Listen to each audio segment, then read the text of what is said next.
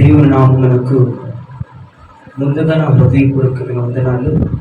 అలానే భారము కలిగి మరి దైవజనులు ప్రార్థించి దేవుడు పిలవమంటే నాకు ఫోన్ చేసి పిలిచినటువంటి మరి దైవజనులు ఏరియా గారికి నా హృదయపూర్వకమైన వందనాలు. మరి సంఘ బిడ్డలందరికీ కూడా నా హృదయపూర్వకమైన వందనాలు తెలియజేస్తున్నాను. Praise the lord. Hallelujah, hallelujah. పరిశుద్ధాత్మ దేవుని స్వరం మన మధ్యలో ఉంది కనుక నిజంగా దైవజనులు ఫోన్ చేసి చెప్పినప్పుడు చాలా సంతోషించాను. అయ్యా మరి ఇద్దరిని అభిషేకించాలి, ప్రార్థన చేయండి. మరి దేవుడు నిజంగా ఇన్ని నెలలకి, ఇన్ని సంవత్సరాలకి ప్రార్థన చేయగా దేవుడు కనికరించాడు నన్ను. పరిచర్య చేయడానికి, మరి దైవజనులకి సహకరించడానికి, దైవజనుల వెంట వెళ్ళడానికి ఒక ఇద్దరు బిడ్డలను అభిషేకించమని పరిశుద్ధాత్మ దేవుడు చెప్పారు. మరి మీరు దాని నిమిత్తమై ప్రార్థించండి, నేను కూడా ఉపవాసం ఉంటానని చెప్పినప్పుడు చాలా సంతోషించాను. ఒకవైపు అది భారభరితమైందని కూడా గుర్తించాను. ఎందుకంటే బిడ్డల్ని కనాలంటే 9 మాసాలు తల్లి మోయాలి, భయంకరమైన నొప్పులు పడాలప్పుడే చక్కటి బిడ్డ ప్రపంచంలోకి వస్తారు. స్తోత్రం చెప్పండి.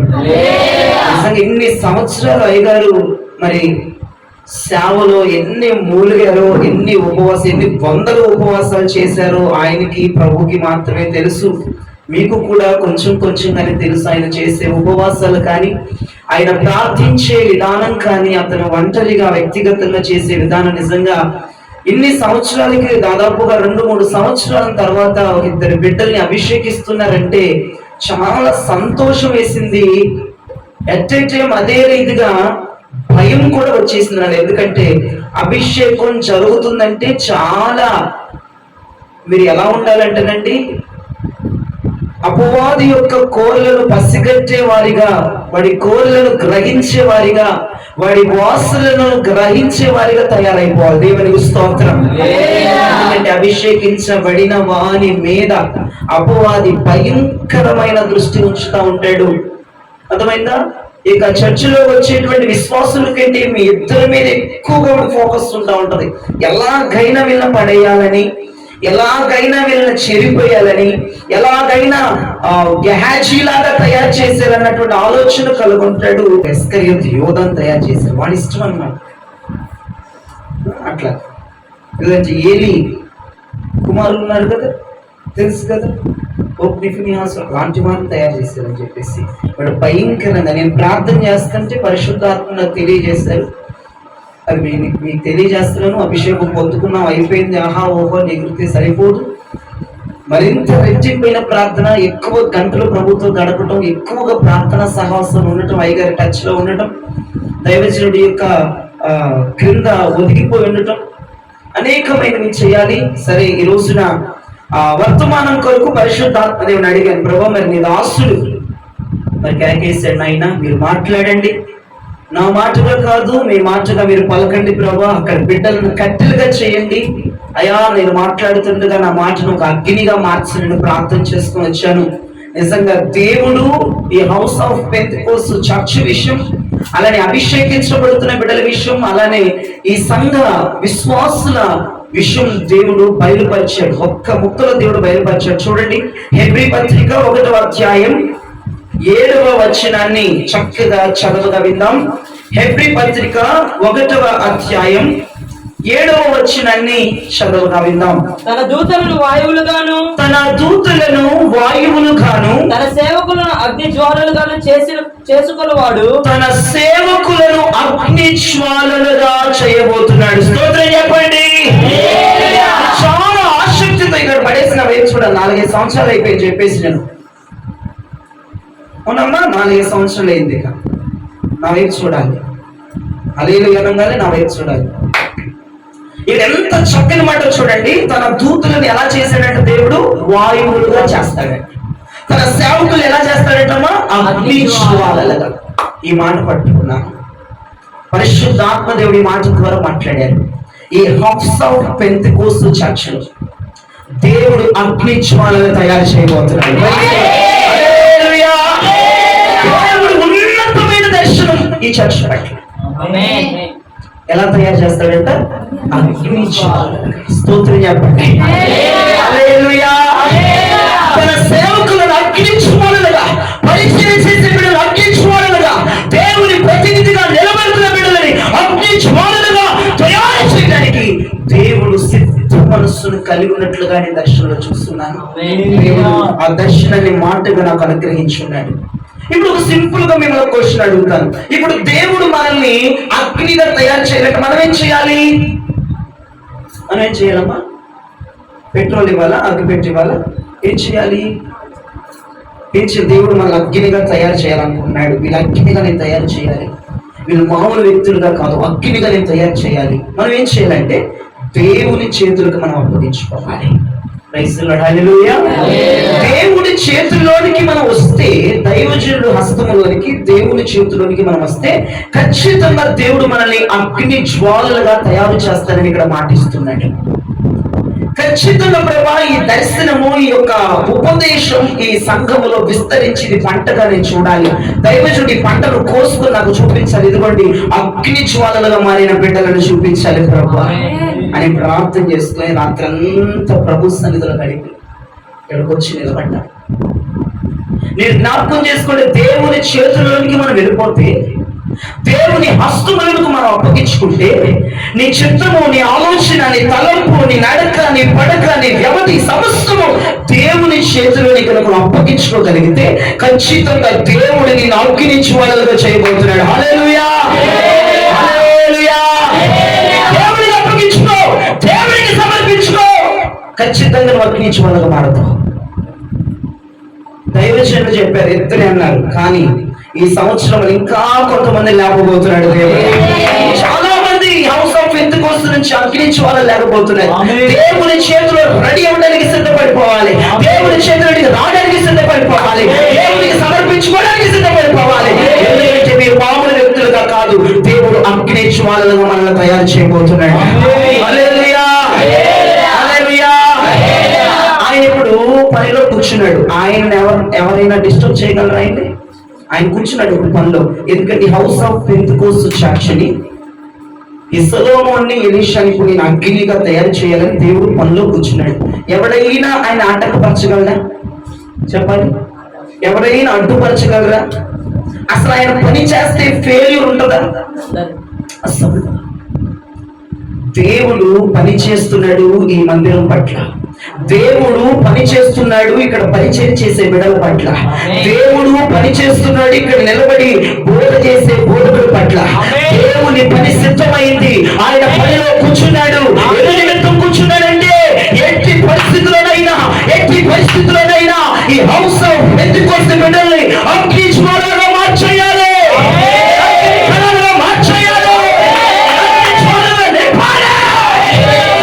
దేవుడు మోతాములు కట్టుకొని కూర్చున్నాడు. ఆయన పని ఆటంకపరిచేవాడు కానీ, ఆయన పనిలో ఏదైనా డిస్టర్బ్ చేయడానికి కానీ, అసలు ఆయన పని ఫెయిల్ అయిందని కానీ చెప్పే దమ్మున్నాడు ఎవడు? పుట్టల గుట్ట కొంచెం మీద ఆయన సిద్ధపడిపోయాడు. ఈ మందిరం పట్ల ఒక ప్రణాళిక కలిగి ఉన్నాడు, ఒక దర్శనాన్ని కలిగి ఉన్నాడు, ఒక బలమైనటువంటి ఉద్దేశాన్ని కలిగి ఉన్నాడు.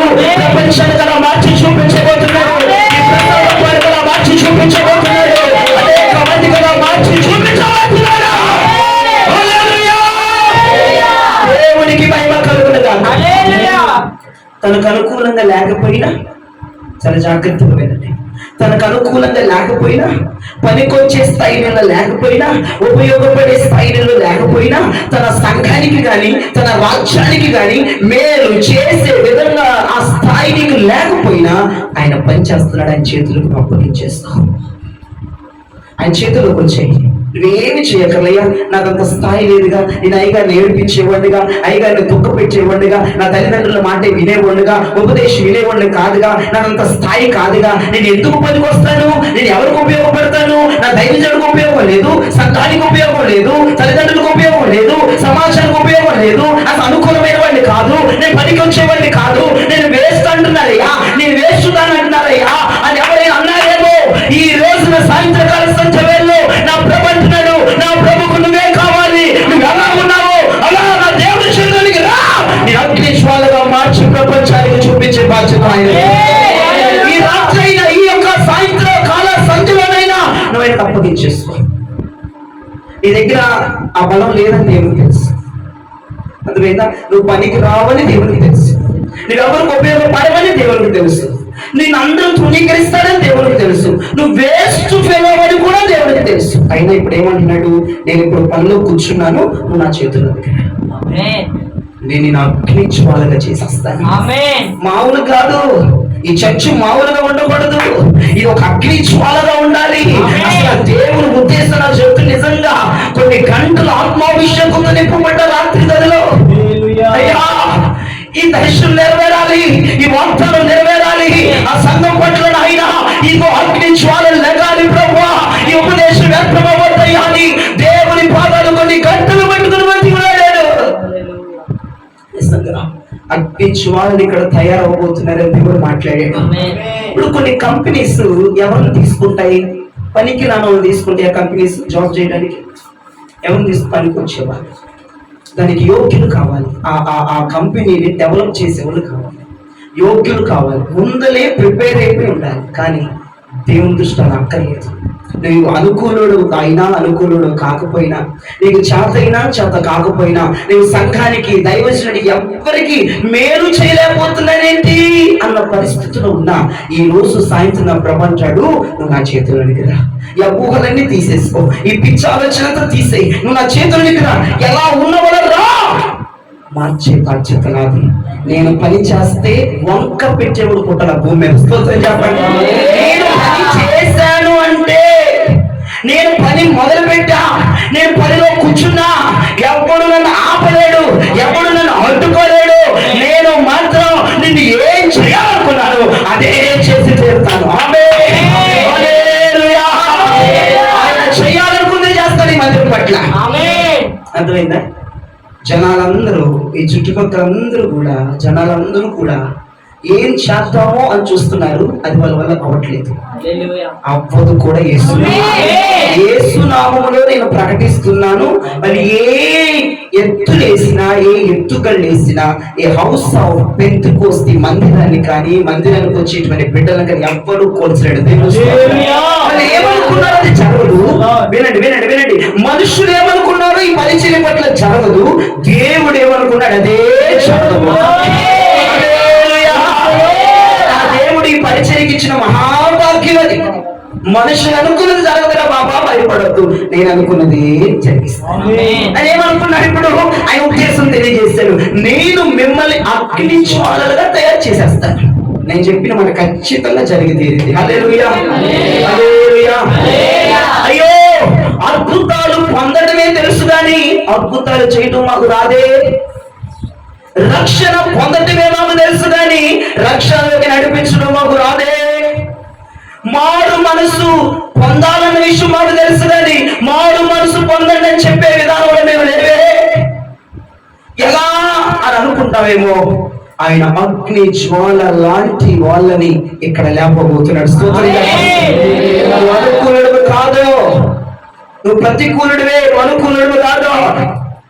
వాళ్ళ మీద మాటలు వినేవాడే కాదనట్లేదు, ఇంట్లో వాళ్ళ మాటలు వినేవాడివే కాదనట్లేదు, దైవజనుడు మాట విన్నట్టుగా నటించేవాడివే కాదనట్లేదు, ఇక్కడ ఉపదేశం విని దీని ప్రకారం నడవకుండా ఉండనోడివే కాదనట్లేదు. ఈ అన్ని నిజమే. నువ్వు చేతగాను వాడి ఒప్పుకున్నావు, నేను పనికి మాట్లాడాను ఒప్పుకున్నావు, నేను దొంగ భర్తీ చేస్తానని ఒప్పుకున్నావు. ఇక్కడ అయ్యగారు నువ్వు తలకి ఊపేస్తున్నానయ్యా, ఇక ఇష్టం వచ్చినట్టుగా నేను స్కూల్కి వెళ్తున్నప్పుడు, కాలేజీకి వెళ్తున్నప్పుడు రెచ్చిపోతున్నానయ్యా. ఓకే, బానే ఉంది. అదంతా పక్కన పెట్టేసి ఏం మాట్లాడకుండా ఆయన చేతులు ఎదురు చూస్తున్నాయి. ఆయన చేతుల్లోకి నువ్వు వచ్చి అవన్నీ పక్కన పెట్టి, నువ్వు అనుకూలుడు కాదు, ఓకే నేను ఒప్పుకుంటాను, నువ్వు ప్రతికూలుడివే, నువ్వు వ్యతిరేకవే, నువ్వు అయ్యగారికి మోసం చేస్తున్నావు, ఇంట్లో మాట్లాడినావు, ఉపదేశం వెంటలేదు, ఇష్టం వచ్చినట్టు చేసేస్తున్నావు, ఆయన దుఃఖ పెట్టేస్తున్నావు, బాధ పెట్టేస్తున్నావు, మందిరానికి బంధనామాలు పెట్టేస్తున్నావు, అన్ని విధానంగా భయంకరుడుగా తయారైపోయావు. బయటికి భక్తిపరుడుగా, లోపలికి అసభ్యకరమైన క్రియలు కనపడుతున్నావు కాదట్లేదు. ఓకే, అన్నిటికి పెట్టేశారు. కానీ నేను చెప్తున్న మాట ఉన్న పలంగా ఎలా అయితే ఉన్నావో అలాగా ఏం మాట్లాడకుండా ఆయన చేతిలో కూడా ఖచ్చితంగా ఖచ్చితంగా నువ్వు పగపగా మండి అగ్ని జ్వాలగా తయారైపోతున్నావు. బైబిల్ గ్రంథంలో ఒక ముగ్గురు వ్యక్తులు చూపిస్తా. తయారైన ఒక ముగ్గురు వ్యక్తులు. దేవుడు ఎంత బలంగా వాళ్ళని తయారు చేశాడంటే చాలా జాగ్రత్తగా మీరు ఆలోచించాలి. ఈ సాయంత్రం ఒక ముగ్గురు వ్యక్తుల్ని బలమైన ఆయుధాలుగా దేవుడు తయారు చేశాడు. ఇప్పుడు మనం తయారవ్వాలి. మనం దేవుని చేతులకు రావాలి, దైవజనుడి చేతులకు రావాలి. ఎలా తయారవ్వాలి? అగ్ని జ్వాలలుగా తయారవ్వాలి.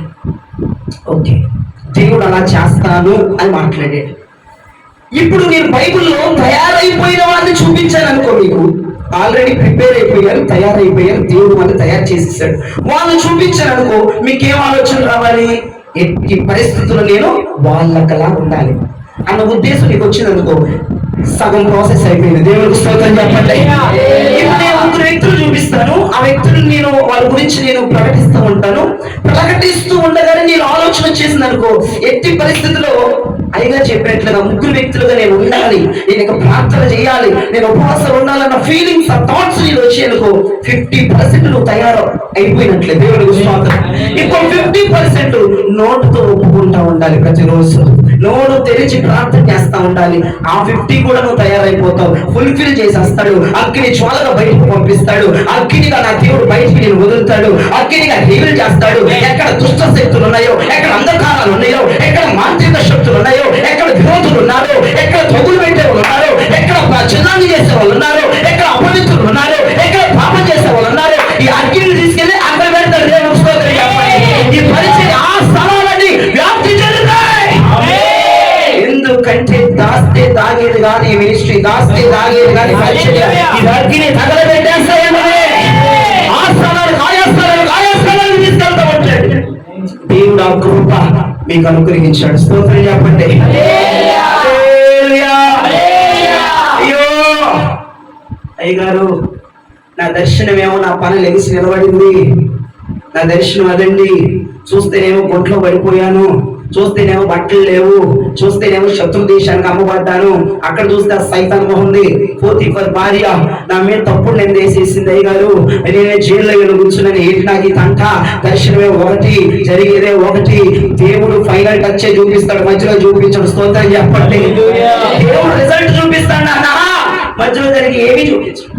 నువ్వు అనుకుంటావు నా దర్శనం తప్పు, నా ప్రవచనం తప్పు, నా అభిషేకం తప్పు, ఇవన్నీ తప్పు కాదు.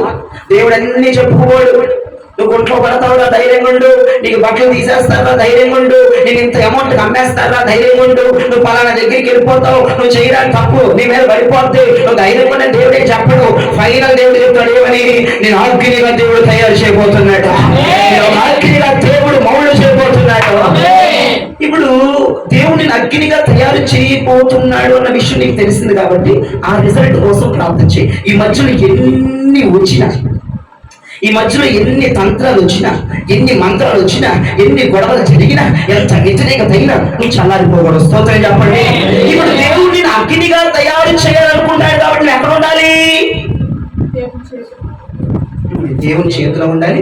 మండే వాళ్ళ పక్కన ఉండాలి, భాషలు మాట్లాడే వాళ్ళ పక్కన ఉండాలి, గట్టిగా చప్పట్లు కొట్టే వాళ్ళ పక్కన ఉండాలి, దైవజనుల పక్కన ఉండాలి. సల్లారిపోయిన వాళ్ళ పక్కన నుంచి నువ్వు కూడా పోతావు. ఇప్పుడు మనం అగ్గినండి, మన రిజల్ట్ అగ్గినండి, మన అలా తయారు చేయబోతున్నాడండి. ఇప్పుడు నుంచే ఏలియా గారి పక్కనే ఉండాలి, ఆయన కిందే ఉండాలా, ఆయనకి అనుకూలంగానే ప్రవర్తించాలా. ఎందుకంటే అలా అగ్ని కింద ఉంటే నువ్వు కూడా ఖచ్చితంగా అగ్నిగా మారిపోతావు.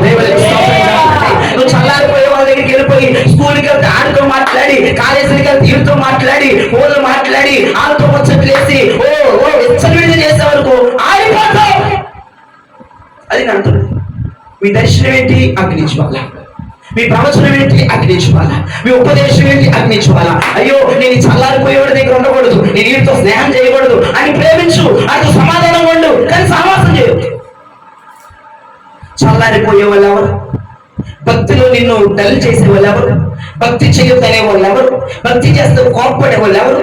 వాళ్ళతో దయచేసి సమాధానంగా ప్రేమగా ఉండు, కానీ సహవాసాలు చేయొద్దు.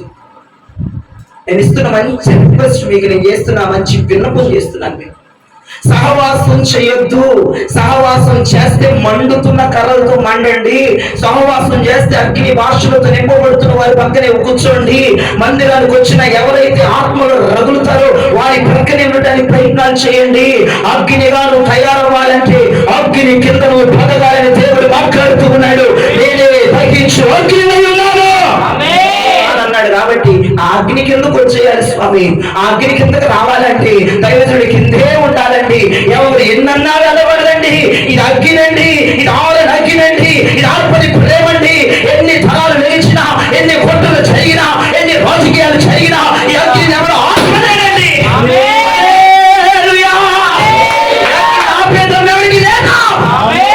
నువ్వు ఇప్పుడు దేని కిందకు వచ్చేయాలి? అగ్ని కిందకు రావాలి. అగ్ని కిందకంటే ఎవరు? మండుతున్న వారి కిందకి రావాలి. ఫైర్తో రేపబడుతున్న వారి కిందకి రావాలి. అగ్నితో రగులుకుంటున్న వారి కిందకు వచ్చేయాలి. నీ సహవాసం రేపటి నుంచి వాళ్ళతో అర్థమైంది? మీరు చదువుకుంటున్నారు కాబట్టి ఫ్రెండ్షిప్ చేసే విషయంలో కూడా చాలా జాగ్రత్తగా ఉండాలి. మీరు మామూలు వ్యక్తులు కాదు. మీరు అభిషేకించబడిన వారు గుర్తుపెట్టుకోవాలి. మీరు అభిషేకించబడుతున్న వారు, అభిషేకించబడిన వారు అగ్ని జ్వాలలుగా ఒక దర్శనాన్ని దేవుడు మీకు ఇస్తూ ఉన్నాడు. దేవునికి స్తోత్రం. నీ దర్శనం దిశగా పని చేయాలి. నీ దర్శనం దిశగా అడుగులు వేయాలి. నీ దర్శనం దిశగా నీ చుట్టుపక్కల మెసులుకుంటూ నేర్చుకోవాలి. ఎట్లా పడితే అట్లా జీవించకూడదు. ఎట్లా పడితే అట్లా బ్రతకూడదు.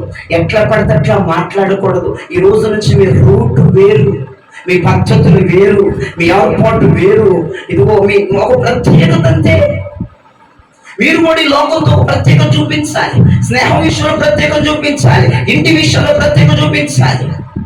ఇందాక లై గారు అన్నట్లుగా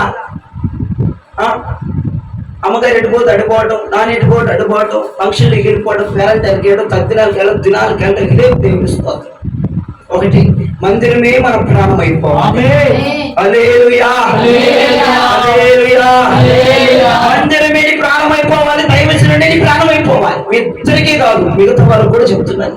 ఎందుకంటే వీళ్ళిద్దరితో పాటుగా ఇంకా కొంతమందిని దేవుడు అగ్ని జ్వాలలుగా చేయబోతున్నాడు. మీరు తయారీలో ఉన్నారు. దేవుడికి స్తోత్రం. హల్లెలూయా, హల్లెలూయా. కాబట్టి చాలా జాగ్రత్తగా మెలిసిపోవడం నేర్చుకోవాలి.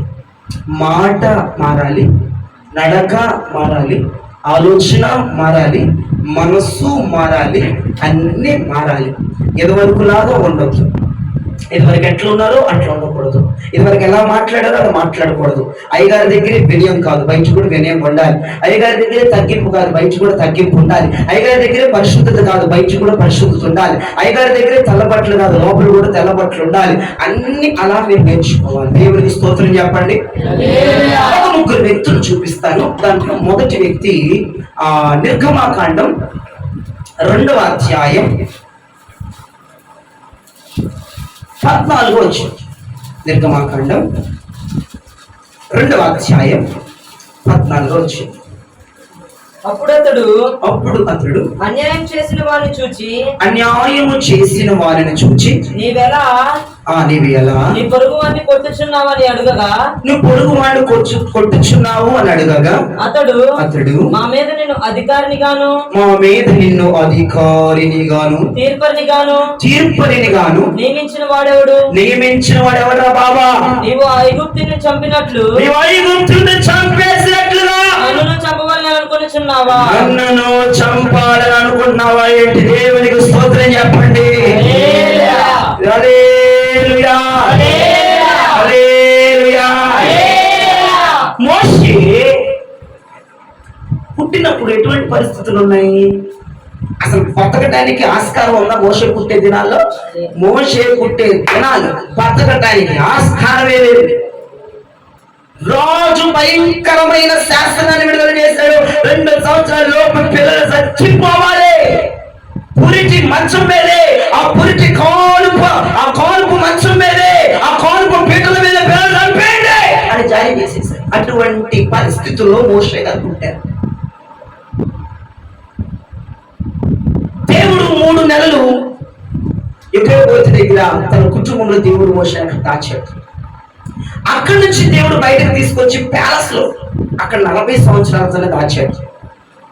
అక్కడి నుంచి బయటకు తీసుకొచ్చి విద్యాలు అరణ్య మిత్రులు యాజకుని దగ్గర 40 సంవత్సరాలు దాచాడు. దేవునికి స్తోత్రం చెప్పండి. అసలు మోషే పుట్టడం మొదలైనాక, మోషే పుట్టిన తర్వాత బ్రతకడానికి ఆస్కారం లేనటువంటి దినాల్లో దేవుడు మోషేని కాపాడుకుంటూ వచ్చాడు. హల్లెలూయా, హల్లెలూయా.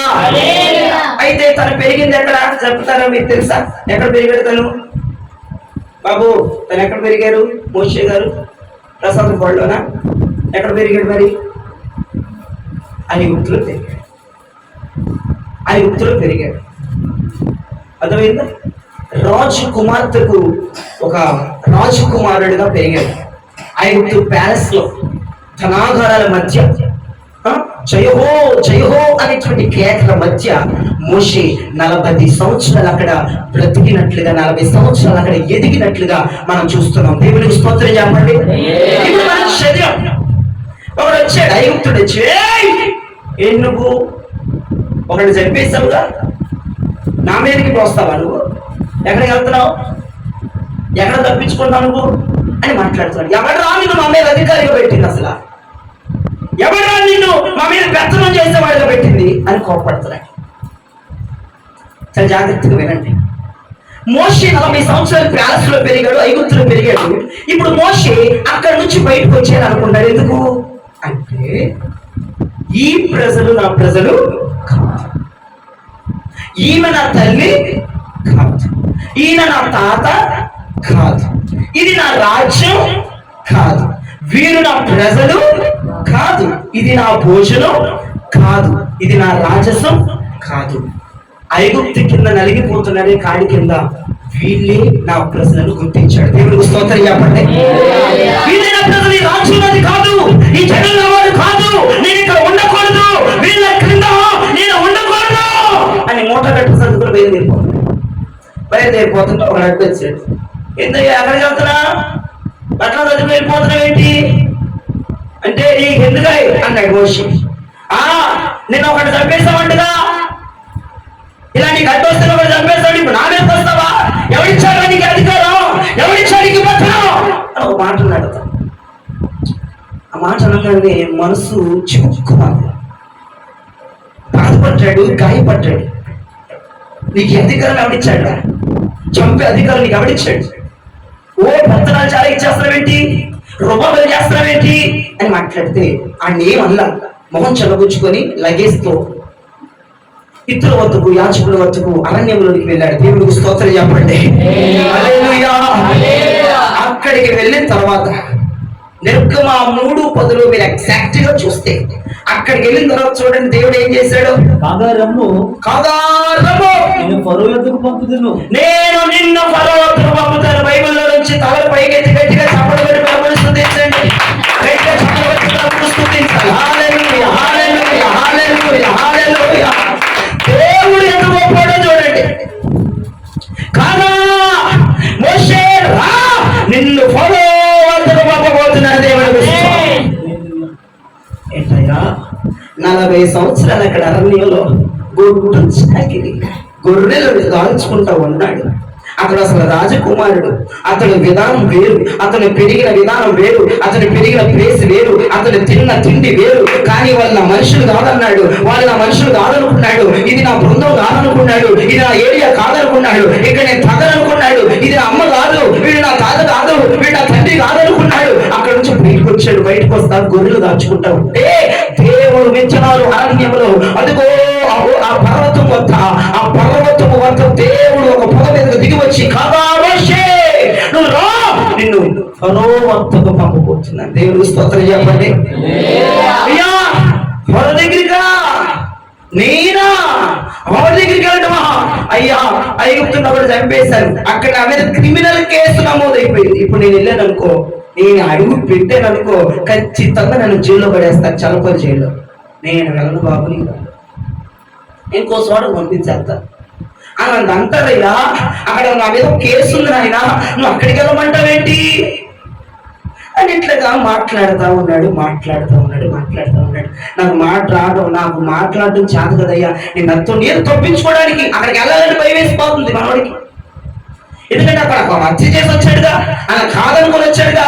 వెళ్తే చేతులు కాళ్ళు మొండకు తలతలు తీసి అవతలేసేస్తారని, లేదంటే క్రిమినల్ కేసెస్ లోపలేసేస్తారని, కాలాగార శిక్ష చేస్తారని భయపడిపోయాడు. వేరే ప్లేస్ పంపించండి అయ్యా, నేను అక్కడికి వెళ్ళను, వేరే స్థలానికి పంపించండి, నేను అక్కడికి వెళ్ళను అన్నట్లుగా నేనైతే సరిపోలేయ్యా, నేను సెట్ అవును ఆ ప్రాంతానికి, నేను సెట్ అవును. వామ్మో ఫరోనా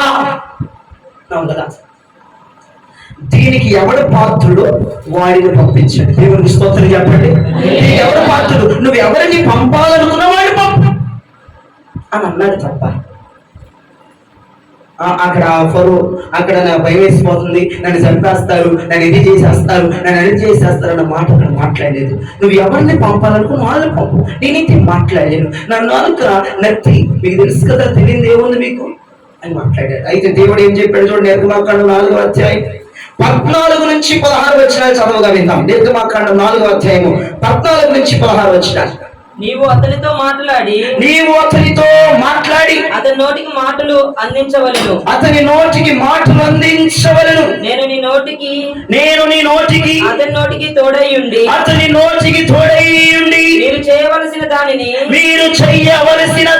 మీకు బోధించేదను, మీకు బోధిస్తాను. అతడే నీకు బదులుగా నాతో మాట్లాడును, అతడే నీకు నోరుగా నుండును, నోరుగా ఉంటాడు. నీవు అతనికి దేవుడుగా ఉండు, ఉంటావు. ఈ కర్ర చేత పట్టుకొని దానితో ఆ సూచక్రియలు చేయవలని చెప్పాను. చేతులతో ఒక్కసారి గట్టిగా ఆమేన్ అనండి.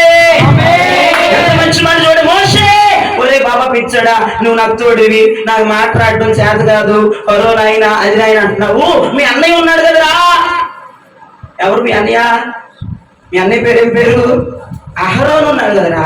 ఎందుకు భయం అంటే అన్నయ్య ఉన్నాడా? మోషేకి తెలుసా అన్నయ్య ఉన్నాడని? 3 నెలలకి ప్యాలెస్ లోకి వెళ్ళిపోయాడు. అన్నయ్య పుట్టాడనే విషయం తెలియదు. అసలు అన్నయ్య ఉన్నాడు. ఆ 3 నెలలకి ఏం తెలుస్తుంది అన్నయ్య అని? ఏం తెలియదు. అక్కడ అన్నయ్య, నాకు అన్నయ్య ఉన్నాడు. ఎవరు? అహరోనురా. వెళ్ళు, నీ బదులుగా అతను మాట్లాడతాడు, అతను నీకు అసిస్టెంట్ గా ఉంటాడు అన్నాడు. దేవుడు స్తోత్రం. నువ్వే వాడికి దేవుడుగా ఉండవు. నీ బదులు అతను మాట్లాడతాడు, నీకు అసిస్టెంట్ అన్నమాట. మీ అన్నయ్య ఉన్నాడు.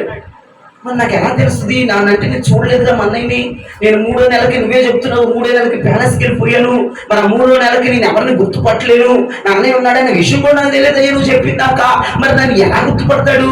నేను ఆయన ఎలా గుర్తుపడతానంటే అప్పుడు ఏమన్నాడు, నీ అన్నయ్య నేను చూడగానే మనుషులు ఉప్పొంగిపోతూ ఉంటాడు, సంతోషించేస్తూ ఉంటాడు, చిన్నం వచ్చేస్తూ ఉంటది, అదే దానికి గుర్తు. నువ్వు బయలుదేరు, ధైర్యం వెళ్ళిపో, కలబట్టుకో, ఇమామి చెప్పేసి బయలుదేరిపో అన్నాడు. బయలుదేరడానికి సిద్ధమైపోయాడు. దేవుడికి స్తోత్రం కలుగును గాక. అహరోనుకే దేవుణ్ణి చేసేసాడు. దేవునికి మహిమ కలుగును గాక. మన అన్న పెద్ద, ఇప్పుడు మోషే పెద్ద, మోషే పెద్ద. పెద్దోడు చిన్నోడు అయిపోయాడు, చిన్నోడు పెద్దోడు అయిపోయాడు. దేవునికి స్తోత్రం. ఏమన్నావా ఐగుప్తులో మోషేని పట్టుకొని ఎవరు రానికి అధికారం ఇచ్చింది అన్నాడు. పనికి మన్నాడు మోషన్ పట్టుకొని, నీకు అధికారం ఇచ్చింది ఎవడు? మా మీద పత్రం చేయమంది ఎవడు అంటే దేవుడు. చూడండి ఇక్కడ నిర్గమకాండం 14-16 నుంచి మనం చదివాం. అన్నకే దేవుణ్ణి చేసేసాడు మోషే. దేవుడికి మహిమ కలుగును గాక. ఒక అధికారి చేసేసాడు, ఒక హెడ్ చేసేసాడు. ఎంత గొప్ప కార్యం అండి. తృణీకరించబడ్డాడు మోషే. నీకు అధికారం ఇచ్చింది ఎవడరా? నీకు పెత్తనం ఇచ్చింది ఎవడరా? నేను చేయమంది ఎవడరా? నేను పాడమంది ఎవడరా? అభిషేకం తీసుకోమంది ఎవడరా? అసలు మా మీద ఏలికగా నిలబడి మంది ఎవడా అని అవమానించిన వాళ్ళు. తృణీకరించబడ్డాడు, గాయపరచబడ్డాడు, మౌనంగా అరణ్యానికి పోయాడు. 40 సంవత్సరాలు అక్కడ చాకిరీ చేసుకున్నాడు. ఇప్పుడు దేవుడు అద్భుతాల మీద అద్భుతాలు స్టార్ట్ చేయడం మొదలు పెట్టాడు, తయారు చేయడం మొదలు పెట్టాడు. ఎలాగా? నేను అహరోను మీద నిన్ను దేవుణ్ణిగా మార్చేయబోతున్నాను, నువ్వే హెడ్డని దేవుడు మాట్లాడారు. దేవునికి మహిమ కలుగును గాక. హల్లెలూయా. దేవుడు తయారు చేసేస్తున్నాడు. అక్కడ మోషేనిగా ప్రిపేర్ చేస్తున్నాడు, మోషేని తయారు చేస్తున్నాడు. ఎలాగునా? అన్నకే దేవుడుగా మార్చేశాడు, అన్నని అసిస్టెంట్ గా పెట్టేశాడు, చిన్నోడిని పెద్దోడుగా మార్చాడు, అధికారం దేవుడు కొంత ఇచ్చేశాడు. దేవునికి మహిమ కలుగును గాక. ఇప్పుడు మోషే ఏమంటాడు చూడండి, అపోస్తలుల కార్యములు 3:22 చదవండి. మోషే ఇట్లా అన్నాడు, ప్రభువైన దేవుడు నాకు లాగే ఒక ప్రవక్తని మీ సహోదరులలో నుండి మీ కొరకు పుట్టించును. దేవునికి చేతులెత్తి స్తోత్రం చెప్పండి. నా వంటి ప్రవక్త మీలో పుట్టబోతున్నాడు. ఎంత గొప్ప మాట అండి.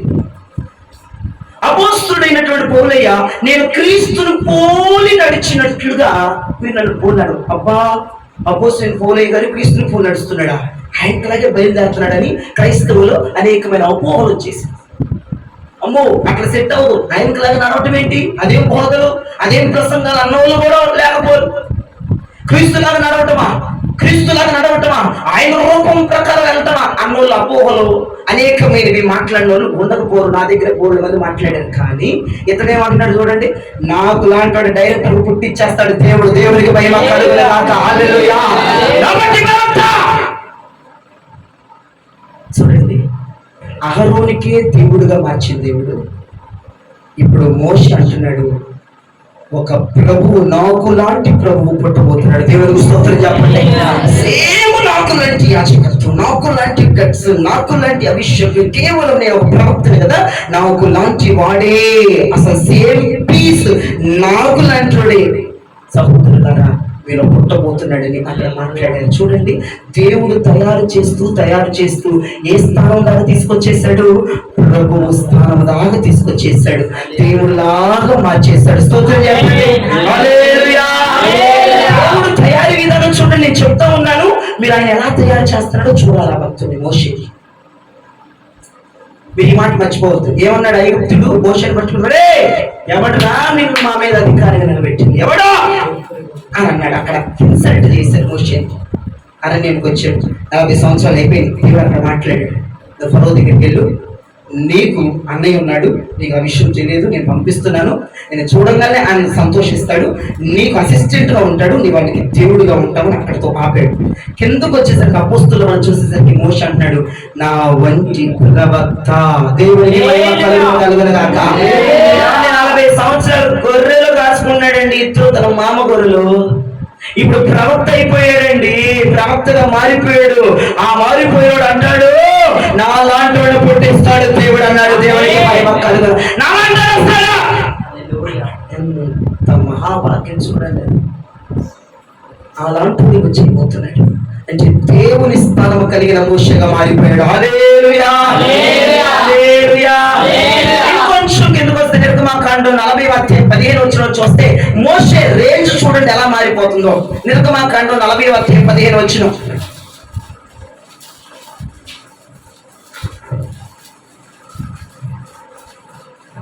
వారు నాకు యాజకులగుటకై నీవు వారి తండ్రికి అభిషేకం చేసినట్లు అభిషేకము చేయి. చేతులెత్తి స్తోత్రం చెప్పండి. అభిషేకం చేసి రేంజ్ లోకి తీసుకొచ్చాడు మోషే. స్తోత్రం చెప్పాలి, స్తోత్రం చెప్పాలి. ఏమండి, అన్నకి దేవుడిగా, ఒక ప్రవక్తగా, నా లాంటి ప్రవక్తే మీలో పుట్టాలి అని మాట్లాడి గట్స్ ఇచ్చేసాడు. ఇంకొంచెం కిందకు వచ్చేస్తే యాజకుడిని అభిషేకించే గొప్ప దేవుడు ఇచ్చాడు. ఒకప్పుడు ఎవరండి? మోషే తృణీకరించబడిన వాడు, గాయపరచబడిన వాడు, నిందించబడిన వాడు. ఎవడ రానికి అధికారం ఇచ్చింది, అసలు ఎవడ రాణిని నిలబెట్టింది అని ఇన్సల్ట్ చేసాడు. ఒకానొక రోజున ఐగుప్తీయుడు బాధపడుతున్నాడు, వేదన చెందాడు, వచ్చేసాడు అక్కడి నుంచి. దేవుని ఆశీర్వాదం చూడండి ఎంత బలంగా మోషే మీద దిగొచ్చిందో. మోషేని దేవుడు ఎలా తయారు చేస్తున్నాడో చూడండి. అన్న మీదే దేవునిగా పెట్టి ఫరోతో మాట్లాడేటువంటి ఒక నాయకుడిగా నిలబెట్టేసి అతను ఒక ప్రవక్తగా మార్చేసేసి, నాలాంటి ప్రవక్త మీలో పుడతాడని ఒక రోల్డ్ మోడల్ గా మోషేని చూపించేసేసి ఇక్కడికి వచ్చేసరికి యాజకుడిని అభిషేకించే కృప కూడా ఇచ్చేసేసాడు. దేవునికి మహిమ కలుగునుగాక. గొప్ప రీతిలో దేవుడు మోషేని ఏం చేస్తాడమ్మా? తయారు చేస్తున్నాడు. ఏం చేస్తాడు చెప్పండి, గట్టిగా చెప్పాలి మాట. తయారు చేస్తున్నాడు. మోషేని ఆ రకంగా తయారు చేశాడు. ఇప్పుడు మోషే ఆ పదవుల నుంచి ఏమనాలి? యెహోవా సెలవిచ్చినది ఏమనగా అని అన్నాడా? లేదంటే చేతులు కట్టుకొని, అయ్యా మరి ఎక్కడే నేను 40 సంవత్సరాలు ఉన్నాను, మీకు మనవడగా కూడా పనిచేశాను 40 సంవత్సరాలు, ఏదో చిన్న పొరపాటు వల్ల నా మీద క్రిమినల్ కేసు వల్ల నేను తప్పించుకుని పారిపోయినయ్యా, అని క్షమించండి. ఇదిగో అనువాడంట, ఉన్నవాడంట, మీతో మాట్లాడమన్నాడు. ఆ ప్రజలు వాళ్ళ ప్రజలంట, తోలేమన్నాడయ్యా, కొంచెం దయచేసి తోలేమని ఈ వాయిస్తో చెప్పాడా? ఈ వాయిస్తో చెప్పలేదు. అక్కడికి వెళ్ళి నిలబడ్డాడు. నిలబడి యెహోవా సెలవిచ్చినదేమనగా దేవుని ప్రజలు వాళ్ళని నువ్వు పోనిమ్ము అని మాట్లాడాడు. ఎక్కడైతే తృణీకరించబడ్డాడు, ఎక్కడైతే గాయపరచబడ్డాడు, ఎక్కడికి వెళ్తే చనిపోతాను అనుకున్నాడు, ఎక్కడికి వెళ్తే నేను తిరిగి రాననుకున్నాడు, ఎక్కడికి వెళ్తే కేసు ఫైల్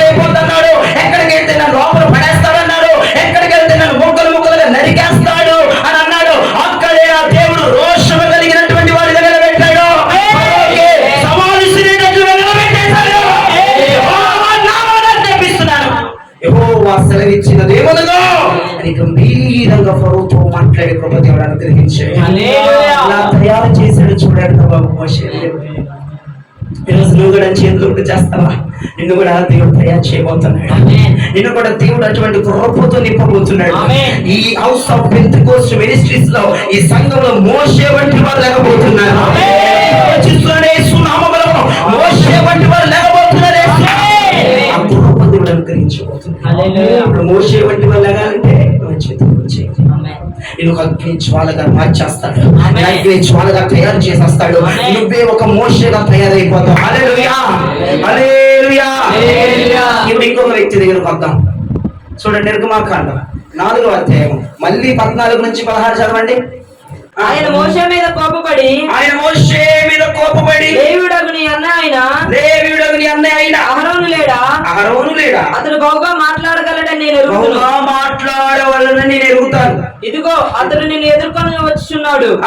అతడు నిన్ను చూచి తన హృదయమందు సంతోషించును.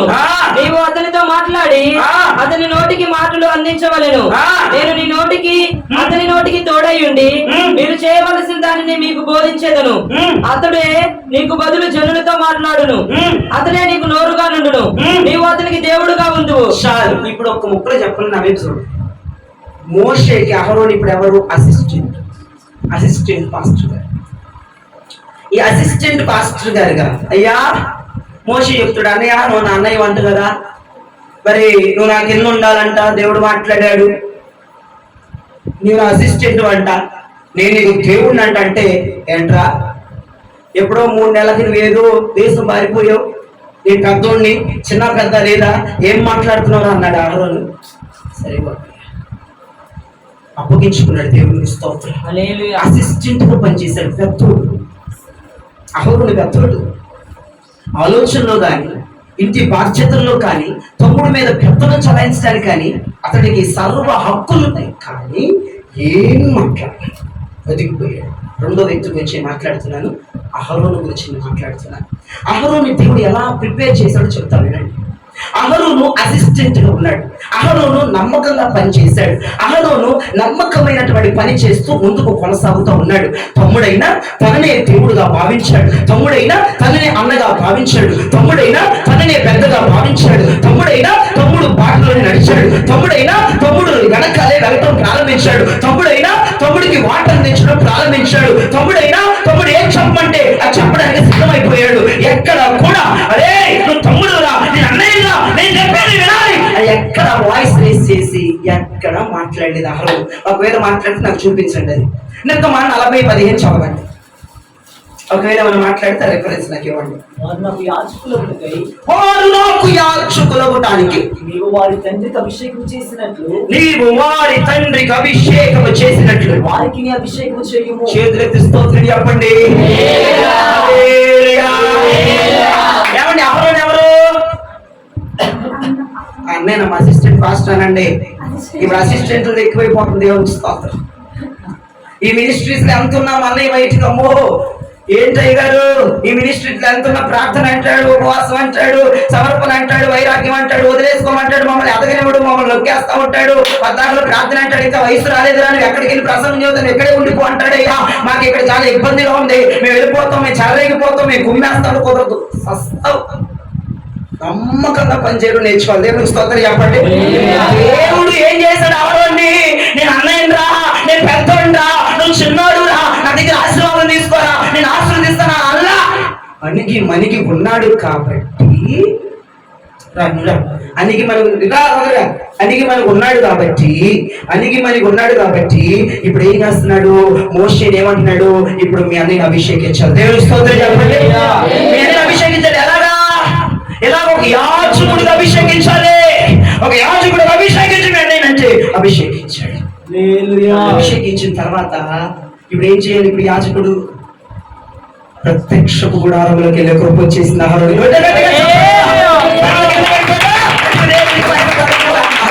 మోషే ఏం చేస్తాడు? మోషే లోపలికి వెళ్ళడానికి అవకాశం ఉందా? మోషే లోపలికి వెళ్ళడానికి వీలుందా? చెప్పలే. ఉందా? మోషే ప్రత్యక్ష గుడారంలోకి వెళ్ళొచ్చా? లోపల అడుగు పెట్టొచ్చా? ఇప్పుడు ఎవరు అడుగు పెట్టాలి? అహరోను అడుగు పెట్టాలి. అహరోను అసిస్టెంట్ గా పనిచేస్తాడు. బతికాడు, లోపలిపోయాడు, అప్పగించుకున్నాడు, నాయకత్వం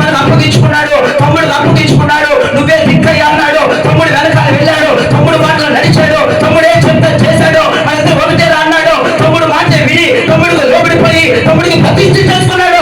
అందుకే ఇది చూసిన దేవుడు అహరోన్ని తయారు చేయడం మొదలు పెట్టాడు. గట్టిగా చప్పట్లు కొట్టండి. ఎలా తయారు చేశాడో తెలుసా? ఎలా తయారు చేశాడో తెలుసా? బలిపీఠ దగ్గర తోపు వేసేవాడిగా, బలి చేసేవాడిగా, రక్షణని వెలిగించేవాడిగా, రక్షణ బలిని సరి చేసేవాడిగా, వంద సంవత్సరాల తోపును వేసేవాడిగా. హల్లెలూయా! హల్లెలూయా! కృప దేవుడు అహరోనికి ఇచ్చాడు. ఇప్పుడు ఈ అహరోను లోపలికి వెళ్తాడు. మోషే చేతులు కట్టుకుని బయట నుంచి చూడాలి. అది సత్యం తాడేసి బయటికి వెళ్ళాలి. లోపలికి వెళ్ళడానికి లేదు సార్. హల్లెలూయా! హల్లెలూయా! లోపలికి వెళ్ళడానికి అవకాశం లేదండి. హల్లెలూయా! దేవుడు ఆ గొప్ప కృప అహరోనికి ఇచ్చాడు. దేవుడు స్తోత్రం చెప్పండి. చెప్పాలి, స్తోత్రం చెప్పాలి. నా దేవుడు ఈ మినిస్ట్రీస్ ని మందిరంలో అలాంటి వాళ్ళు నేర్పుకోబోతున్నాడు. కష్టమైన అయ్యగారి కింద అడిగి ఉండండి. అయ్యగారి కింద బానిసలైపోండి. అయ్యగారి కింద బతకండి. ఎంత నష్టమైనా ఎంత కష్టమైనా నా దేవుడు నిజంగా అభిషేకించి పరిశుద్ధ స్థలములో గొప్ప కృప దేవుడు మీకు సిద్ధపరిచాడు. అప్పటి వరకు మీరు ఏం చేయాలి? అణిగిపోయాలి. చెలరేగిపోకూడదు. చాలా తప్పది. చెలరేగిపోవడం పక్కన పెట్టిండాలి. అణిగిపోయి ఉండాలి. అణిగిపోయి ఉండాలి. మా పేరెంట్స్ ఏదో అన్నారని అయ్యగారి మీద కోపడటం కాదు, అయ్యగారిని దూషించడం కాదు, ఆ మెట్లు ఈ మెట్లు కలిగేసి పని మానేయడం కాదు, మందిరం పనిని వెనక అడుగు వేయటం కాదు, దినాలు గడిపేయటం కాదు. లోపడాలి, నలిగిపోవాలి, కష్టమైపోవాలి, చెమటోర్ చేయాలి. ఎంత భారంగా ఉన్నా చనిపోవడానికైనా ప్రభా ఈ సేవలో నా ప్రాణం ఆగిపోయినా నీకు స్తోత్రం అన్నటువంటి సమర్పణలోకి వచ్చేయాలి. అప్పుడు నిజంగా నాకు వాక్యం చదివితే ఎంత సంతోషం వేసిందో. అహరోను యాజకుడికి అభిషేకించబడ్డాడు. బలిపీఠం దగ్గర ఆ బలి నడిపిస్తున్నాడు అతని. అసలు లేకపోతే ఏ పని జరగదు అక్కడ. అసలు లేకపోతే అక్కడ ఏ పని అవ్వదు. అంత ప్రావీణ్యం దేవుడు అహరోనికి ఇచ్చేసాడండి. ఏం చేశాడు అహరోన్లో? తమ్ముడైనా సరే మరీ చిన్న తమ్ముడుగా లోబడిపోయాడు. హల్లెలూయా! అభిషేకం అండి. ఎప్పుడు కూడా మీ ఇద్దరు గుర్తు పెట్టుకోవాలి, సంఘం గుర్తు పెట్టుకోవాలి. దైవజనుడి మీద అభిషేకం చూసి మనం తగ్గి లోబడి ఉండిపోవాలి. ఆమేన్. అర్థమైందా? మీలో కొంతమంది పెద్దోళ్ళు కూడా ఉండొచ్చు, అక్క వాళ్ళు కూడా వస్తున్నారు. కానీ దైవజనుడి మీద ఉన్న అభిషేకం మీ వయసు కంటే మించింది. దేవునికి స్తోత్రం. హల్లెలూయా! హల్లెలూయా! నిజంగా అతన్ని చిన్న వయసులోనే దేవుడు ఒక కాపరిగా, ఒక యాజకుడిగా, ఒక ప్రతిష్ఠితుడిగా, ఒక వైరాగ్యపరుడుగా, దేవుని దాసుడిగా, దేవుని సేవకుడిగా అభిషేకించి నిలబెట్టాడు. కాబట్టి అతని వయసు కాదు మనకు ప్రాముఖ్యం. అతని మీద పనిచేస్తున్న దేవుని అభిషేకం మనకు ప్రాముఖ్యం. అతని మీద దిగి వచ్చిన అగ్ని ప్రాముఖ్యం. లోబడిపోవాలి. ఎంత పెద్దోళ్ళైనా ఆయనకి లోబడిపోవాలి. తగ్గిపోయి ఉండాలి, అనగారిపోయి ఉండాలి. మన ఎమోషన్స్ అన్ని చంపేసుకోవాలి. అయ్యగారి మాటే శాస్త్రంగా తీసుకోవాలి. అలాగా తమ్ముడు మాటే నాకు గొప్ప అండ అనుకున్నాడు అహరోను అన్నయ్య. నిజంగా ఒక గొప్ప స్థాయి. అన్నకుందా స్థాయి, తమ్ముడుకుందా స్థాయి లేదండి. ఏదో గన్నాలు వెళ్ళొప్పించేసి ఇప్పుడు లోపలికి వెళ్ళేది అక్కడ అహరోనే. ఇతనికి ఎడంకాలు పెట్టడానికి కూడా ఆస్కారం లేదు అక్కడ. ఎంతో గొప్ప అహరోనికి దేవుడు అనుగ్రహించాడు. ఇంకా చూడండి, సంఖ్యాకాండం 3వ అధ్యాయం 6వ వచనం అహరోను గురించి ఎంత చక్కగా మాట్లాడుతున్నాడు దేవుడు. సంఖ్యాకాండం 3వ అధ్యాయం 6వ వచనం, వారు అతనికి పరిచారకులుగా ఉండినట్లు యాజకుడైన అహరోన్ని ఎదుట వారిని నిలబెట్టుము. దేవునికి మహిమ కలుగును గాక. దేవుడు పరిచయం కాదు, సేవకుడు పరిచయం చేయండి. అదే దానికి అర్థం. మీ ప్రభు పరిచయం, ప్రభు పరిచయం కాదయ్యా. అహరోను కింద పరిచయం చేయండి. ఆయన ముందు అక్కడ నమ్మకత్వం సాధించుకోండి. దైవజనుడి దగ్గర మంచి సాక్ష్యం సంపాదించుకోండి. అవి చూడండి, అహరోను కింద పరిచారకులు నిలబడాలి. అబ్బో ఎంత రేంజ్ బ్రేక్ అయిపోయిందండి అహరోన్ది.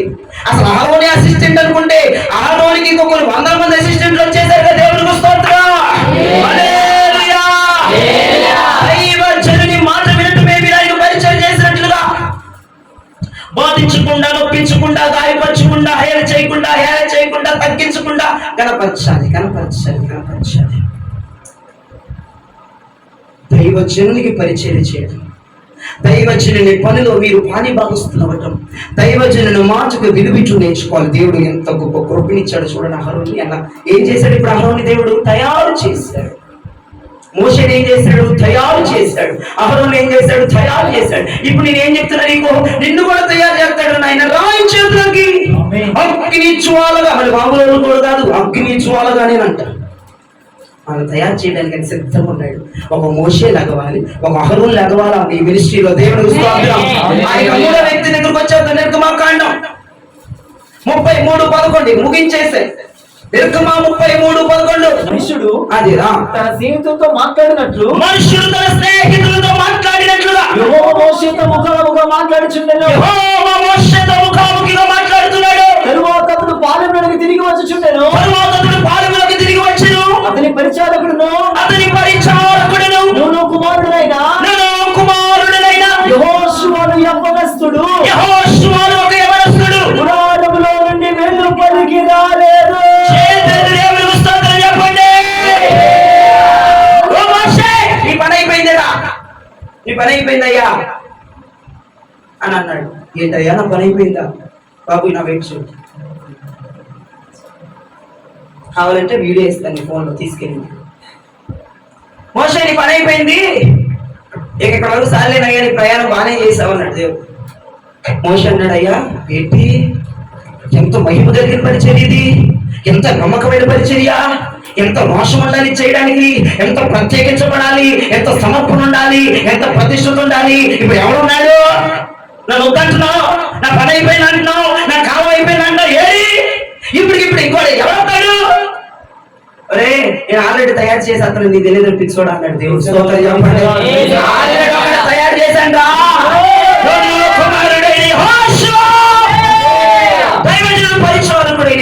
అప్పటి వరకు ఏం పేరు ఉన్నాయి చూడండి. అసలు యెహోషువ ఐడెంటిఫై ఉందా, గుర్తింపు ఉందా? ఏమీ లేదు. ఏమనంటే ఎవరబ్బాయి నూను కుమారుడు. ఎక్కడ మీద ఏ పరిచర్య అంటే పరిచారకుడు యెహోషువ, నూను కుమారుడు యెహోషువ, ఇదే ఉంది కానీ యెహోషువ అన్న గుర్తింపు ఎక్కడా లేదు. అయితే దేవుడు అన్నాడు, రే మోషే నీకు తెలియకుండానే ఒక అగ్నిని తయారు చేసేసాను రా నాయన. ఇదిగో నీలాంటి వాడే, నీ సమర్పణ కలిగిన వాడే, నీ సేవ కలిగిన వాడే, నీ రోషం కలిగిన వాడే, అది నీకు కూడా తెలియదు. నేను రెడీ చేసేసా, ప్రిపేర్ చేసేసా. ఎవరయ్యా? హల్లెలూయా. అవునా? Praise the Lord. యెహోషువనా? స్తోత్రం ప్రభువా. ఓకే, నువ్వు తయారు చేసుకున్నావుగా, ఓకే, నీ పరిచయం ఆగిపోద్దేమని భయపడ్డాను కానీ ఇప్పుడు ఇలాంటి వాడు ఎక్కడ దొరుకుతాడని కంగారు పడ్డాను కానీ నువ్వు తయారు చేసుకున్నావుగా. యెహోషువనా? ఎంత మురిసిపోతున్నాడో మోషే. గుర్తింపు లేకపోయినా మనం పరిచయం చేయాలి. స్తోత్రం చెప్పండి. అయ్యగారు గుర్తించాలి. అయ్యగారు నన్ను గుర్తించట్లేదు, ఈ మందిరానికి రాను, నేను చర్చి పోవడం, నేను స్తోత్రాలు చెప్పను, ఎంత ప్రయాసపడుతున్నాను, నన్నే కోపగించుకుంటా ఉంటారు, తిడతా ఉంటారు. నా విలువ తెలిసి రావాలి. ఒక్క వారం మానేస్తే ఏం చేస్తాడు ఏం చేయడు, దేవుడే చూసుకుంటాడు. Praise the Lord.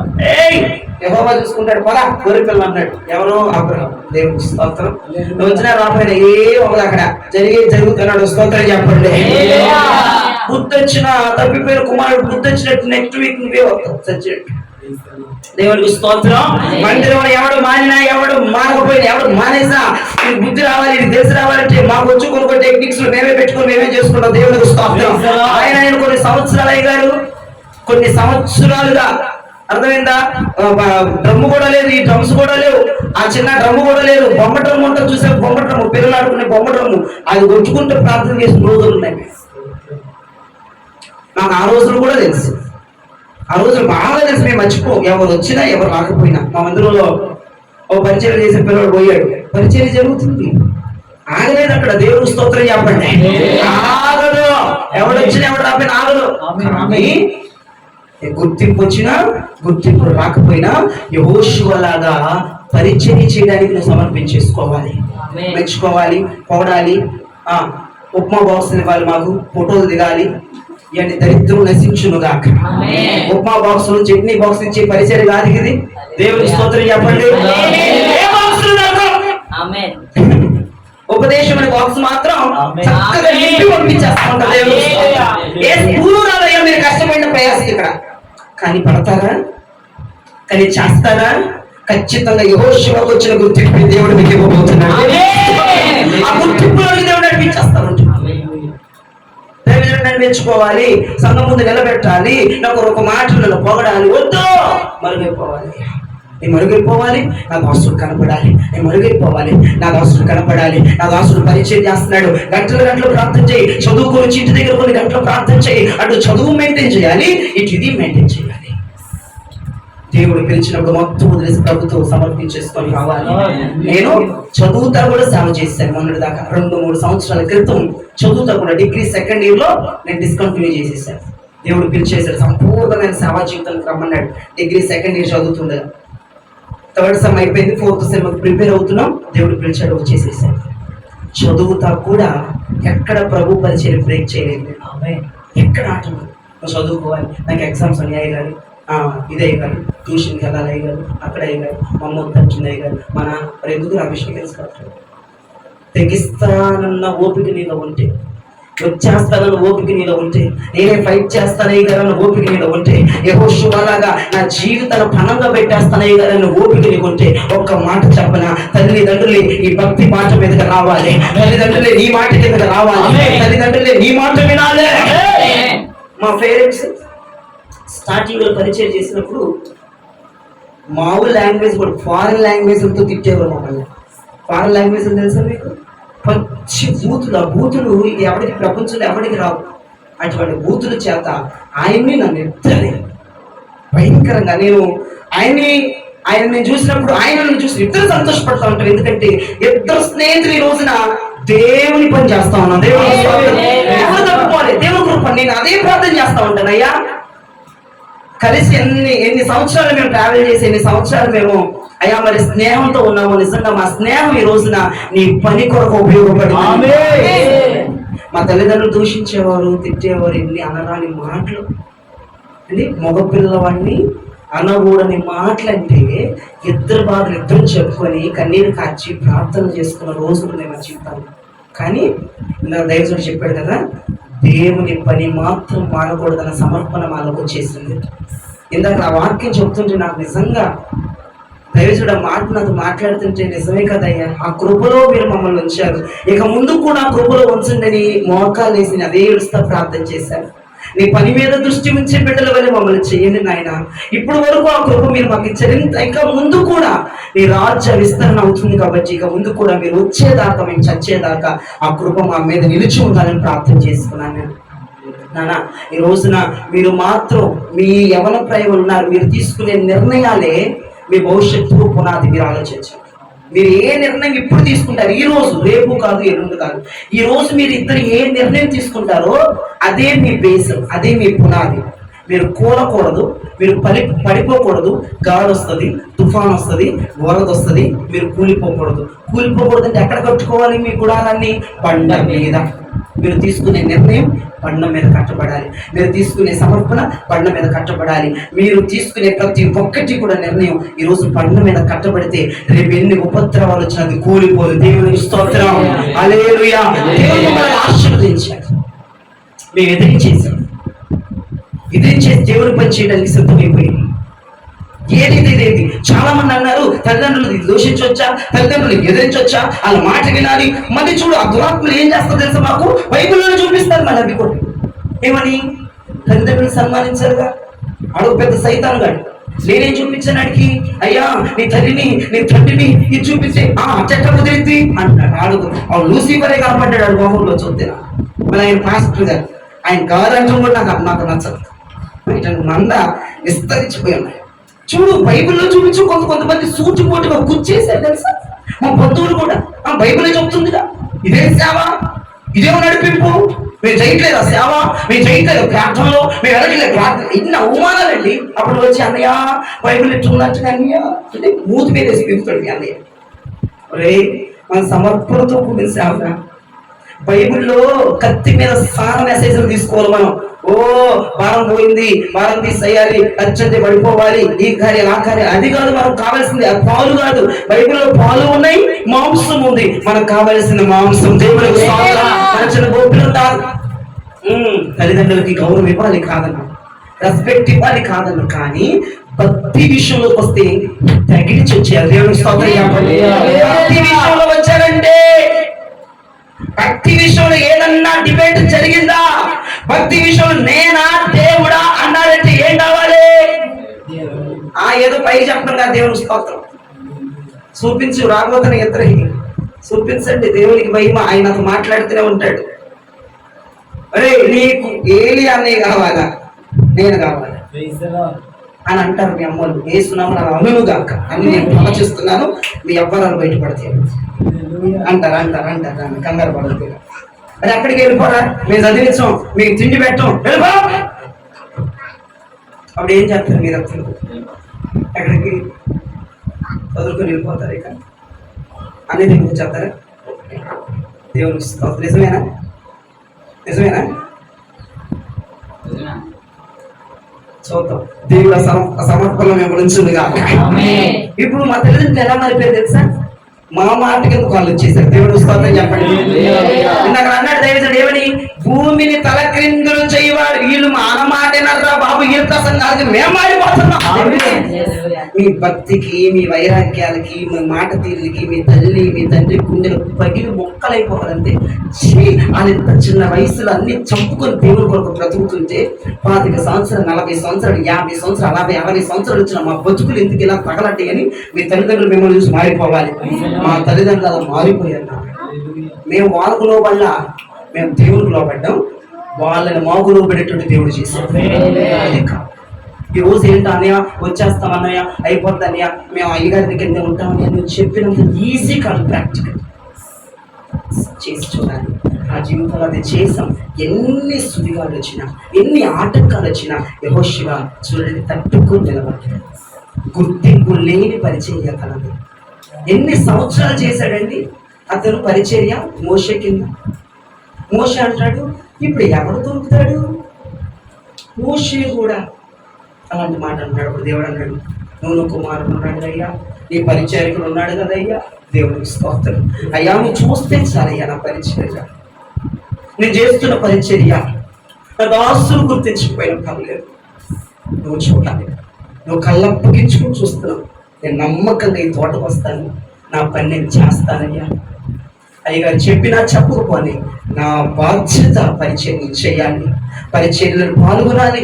నా గుర్తింపు రాకపోయినా, నాకు ఏ బహుమానాలు ఇవ్వకపోయినా, ఏ సన్మానాలు చేయకపోయినా, స్టేజ్ మీద నిలబెట్టి నా గురించి 2 మాటలు చెప్పినా చెప్పకపోయినా, మా తల్లిదండ్రులు ఎన్నన్నా ఒరే ఎంత సేవ చేస్తున్నావు, అన్ని ఏదన్నా ఇచ్చాడారా అని అన్నా మేము వాళ్ళ మాటలకు పడిపోమయ్యా.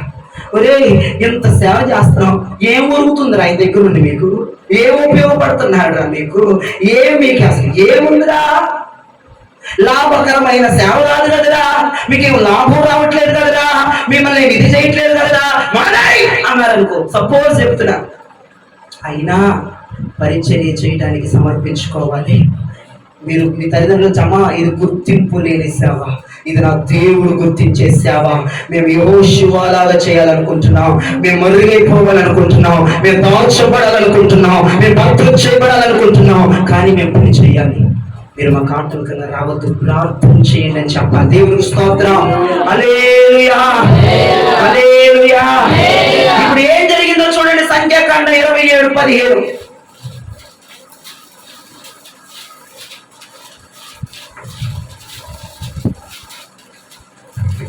వారికి నాయకుడుగా ఉండటానికి సమర్థుడై ఉండవలెను. అందుకు యెహోవా ఏమన్నాడు మోషే? ఏమన్నాడు మోషే? అయ్యా వీళ్ళకి నాయకుడు ఉండాలంటే మాటలు కాదయ్యా, నేను ఈ 30 లక్షల మందితో చిన్న మీద చితికిపోయిందేమో, నేను డాక్టర్ చూపించుకొని స్కాన్ తీర్చుకోవాలి, సమర్థుడు కావాలయ్యా, ఆశామాశీవుడైతే కుదరదు అని అంటే దేవుడు ఏమన్నాడు? మోషే ఎలా అన్నాడు? నూను కుమారుడైన యెహోషువ ఆత్మను పొందినవాడు దేవునికి మహిమ కలుగును గాక. నీవు అతన్ని తీసుకొని అతని మీద నీ చెయ్యి ఉంచి యాజకుడు ఎలియాజరు ఎదుటను సర్వ సమాజం ఎదుటను అతన్ని నిలవబెట్టి వారి కన్నుల ఎదుట అతనికి ఆజ్ఞయిమ్ము. చేతులెత్తి స్తోత్రం చెప్పండి. ఏమన్నాడు దేవుడు మోషేతో? నీ చెయ్యి యెహోషువ మీద ఉంచాలి. ఇప్పుడు మీ ఇద్దరి మీద మా దైవజన హస్తం పడబోతుంది. ఎందుకు? మీరు మరుగైపోవాలి. దేవునికి స్తోత్రం. మీరు కనపడకూడదు. దేవునికి స్తోత్రం. ఏమన్నాడు? సమర్థుడు అంటున్నావు, నాయకత్వం అంటున్నావు, నీకు అంటున్నాడు అన్నావు, నేను ఎప్పుడో రెడీ చేసేసాడా? అదిగో నువ్వు కుమారుడైన యెహోషువ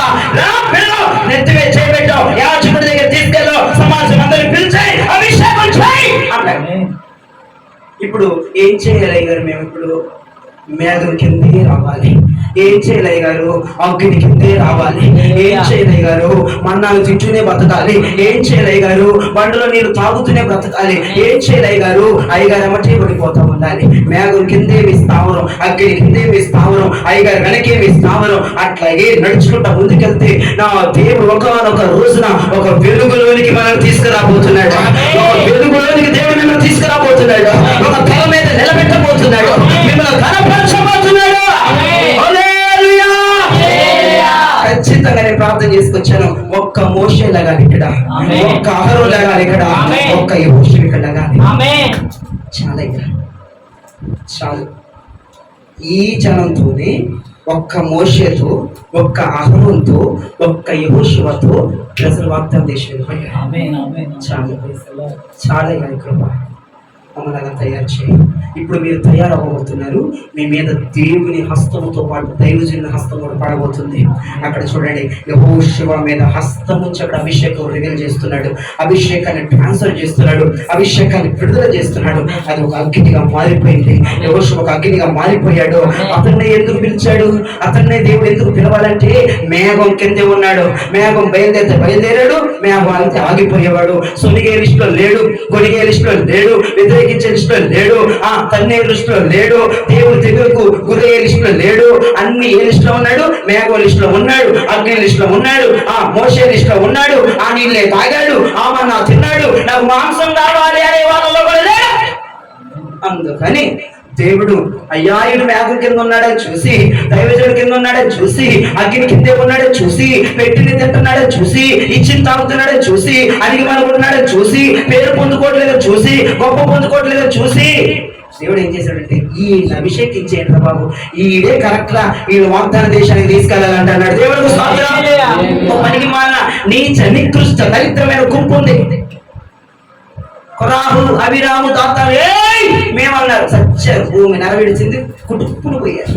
అందుకే నేను అంటున్నానా, గుర్తింపు కొరకు మనం పరిగెత్తామనుకో భూకంపం వచ్చేసి కింద తప్పెట్టేస్తుంది ఈజీగా. ఏముంది అక్కడ? మీరేనా యాజకులు, మీరేనా దైవజనులు, మా మాట వినడా? దేవుడు ఆరోహు పిచ్చి కోతలు ఆ కొరాహు పిచ్చి కోతలు కూర్చాడు. ఆరుతో వచ్చిన ఆ జనం 250 మంది, ఆ 2-3 అభిరామ దాతాళ్ళు పిచ్చి కోతలు వస్తే ఫస్ట్ ఎత్తుకి వచ్చింది. అక్కడే భూకంపం వచ్చి భూమి అంతా చీలిపోయి ఇళ్లతో పాటు కూలిపోయా మొత్తానికి. అందుకే యెహోషువ కూలిపోలేదు అంటానికి కారణం ఏంటంటే మేఘం, అగ్ని, మన్నాను, ఆ దైవికమైన నీరు దైవజడి కింద నీడలో బ్రతకడం నేర్చుకున్నాడు. మందిరంలో బతుకులు నేర్చుకున్నాడు. గొప్పల కోసం చూడాల, పదవుల కోసం చూడాల, హోందాతనం కోసం చూడాల, అన్నయ్య నోట్ల నుంచి ఏదన్నా నా గురించి మన పొగడుతూ వచ్చింది ఏమన్న విషయం చూడాల. నలిగిపోయాడు సార్, అణిగిపోయాడు సార్, అది ఎవ్వరికి తెలియనివ్వలేదు సార్, అలా బతికాడండి. అందుకే దేవుడు 30 లక్షల మంది చూస్తా ఉండగా, యాజకులు నిలబడతా ఉండగా, మోషే వీడు మామూలుడు కాదురా, వీడిని చూస్తా ఉన్నాను మోషే, అక్కడ నుంచి ఐగుప్తు నుంచి బయలుదేరి నుంచి మోషే నేను చూస్తా అభిషేకించేరా. ఈనాడు గొప్పలు కోలేదా వాడు అని అభిషేకించిన మోషే అంటే 30 లక్షల మంది. ఇప్పుడు మన నాయకుడు. అందుకే నా వృద్ధాలు చర్చలు ఉండేవాడు. అర్థం కాలా, ఒక్కసారి దేవుడు వెలుగులో తీసుకురావాలి. ఎవరిలో కలిసేవాడు కాదంటండి, ఎవరితో సరిగ్గా మాట్లాడేవాడు కాదంటండి, మందిరంలోకి వెళ్ళిపోయేవాడు అంటండి, వ్యతిరేకమైన గుంపులో లేడండి. మాకు పూరేళ్ళు కావాలన్నా చూసావా, ఆ గుంపులో లేడండి. మాకు నీళ్లు లేవయ్యా మోషే తిట్టే గుంపులో లేడండి. మమ్మల్ని ఇక్కడ చంపేస్తావా, ఐగుప్తుల సమాధులు లేవా అన్న గుంపుల్లో యెహోషువ లేడండి.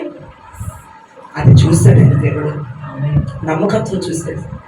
చనిపోతే మోషే చేతులు చనిపోవాలని తీర్మానం ఉండదు. అసలు ఎంత పిచ్చెక్కిపోయాడు మోషే, ఎంత తీసుకోవాలండి యెహోషువ. కానీ ఆ ఇష్టాన్ని కూడా ఎక్స్పోజ్ చేయలేదు యెహోషువ. నలిగిపోయాడు. ఏ చిత్తం చేసాడు యెహోషువ.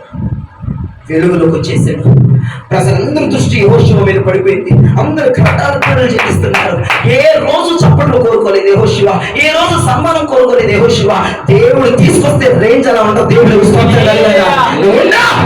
ముందు పరిగెత్తకుండా దేవుడు లేకపోయే రోజు ఒకటి రాబోతుంది, కనపరిచే రోజు ఒకటి రాబోతుంది.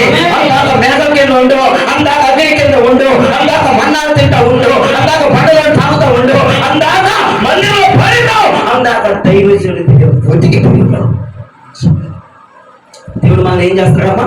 తయారు చేస్తున్నాడు. ఒక అగ్నిగా ఈ పరిచయం దేవుడు తయారు చేయబోతున్నాడు. ఒక అగ్నిగా పరిచారకులు దేవుడు తయారు చేయబోతున్నాడు. ఒక అగ్నిగా దాసుని దేవుడు తయారు చేయబోతున్నాడు. ఒక అగ్ని అంటే ఉపదేశాలు తయారు చేసి దేవుడు వదలబోతున్నాడు.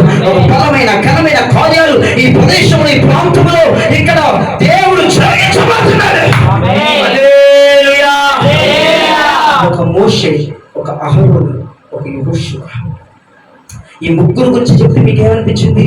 నేను కూడా తయారైపోవాలి. మోషే ఏం చేయబడ్డాడు? మీద తృణీకరించబడ్డాడు కదా ఐగుప్తులో. నువ్వేంట్రా మా మీద నాయకం చేసేది, నువ్వేంట్రా మా మీద పెత్తనం చేసేది అని అక్కడ బాధపడ్డాడు. అక్కడ తీసుకెళ్లి ఫరోకే నిలబెట్టేశాడు. ఫరోకే గట్స్ ఉండాలంటే, ఫరో దగ్గరికి మాట్లాడాలంటే. ఆ తిట్టుడు అక్కడ నుంచి వీడింటి ఈ సభ ఆయన వీడికి ఎవరిచ్చారు అధికారం అని నేను ఒక నాలుగు తిట్టారు అని అడిగి జనాల మధ్యలో వెళ్ళిపోతాడు. దాక్కున్నాడు. మోషే వాయిస్ చూసి, మోషే కట్స్ చూసి దేవుడు ఒక అధికారిగా మోషే నిలబెట్టేశాడు. కొంచెం ముందుకు వస్తే అహరోను విషయంలో అసిస్టెంట్ గా కిందనే ఉండిపోయాడు, కిందనే అప్పగించేస్తున్నాడు, కిందనే లోబడిపోయాడు, కిందనే సమర్పించేస్తున్నాడు. ఒక యాజకుడిగా దేవుడు అభిషేకించేశాడు. ప్రత్యక్ష గుడారంలోకి వెళ్ళి కృప దేవుడు అనుగ్రహించాడు. ఇక మూడోది యెహోషువ కిందకి వస్తే గుర్తింపు లేని పరిచయం చేశాడు. నాకు గుర్తింపు వద్దనుకున్నాడు, నాకు లాభం వద్దనుకున్నాడు, నాకు పైసలు వద్దనుకున్నాడు. బతికితే నీకోసమే, చస్తే నీకోసమే. బతికితే నీకు లాభం, చస్తే మాకు లాభం. దేవుడు స్తోత్రం చెప్పండి. బతికితే ఎవరికి లాభం చెప్పాలి. నువ్వు బతికితే ఎవరికి లాభం? చస్తే ఎవరికి లాభం? చస్తే ఎవరికి లాభం? మనకైనా బాబు సింహాసంలోకి వెళ్ళిపోతుంది. దేవుడు స్తోత్రం. బతికితే నీకు లాభం, చస్తే నాకు లాభం. ఇదే మన నినాదం. బతికినంతకాలం నీకు లాభంగా బతకాలి, చచ్చిపోతే నాకు లాభం అక్కడ మీరు ఇవ్వబోతున్నారు ప్రభువునికి స్తోత్రం అని ఒక తీర్మానంలోకి వచ్చింది. ఒక మోషే, ఒక అహరోను, ఒక యెహోషువాని మైండ్లో పెట్టుకోండి. వాళ్ళ ప్రకారం ముందుకు వెళ్ళండి. దేవుడి చేతులకు వచ్చేయండి, దేవుడి చేతులకు అప్పగించేసుకోండి. మిమ్మల్ని ఒక అగ్నిగా దేవుడు తయారు చేయబోతున్నాడు. మోకరించండి, ప్రార్థన చేద్దాం.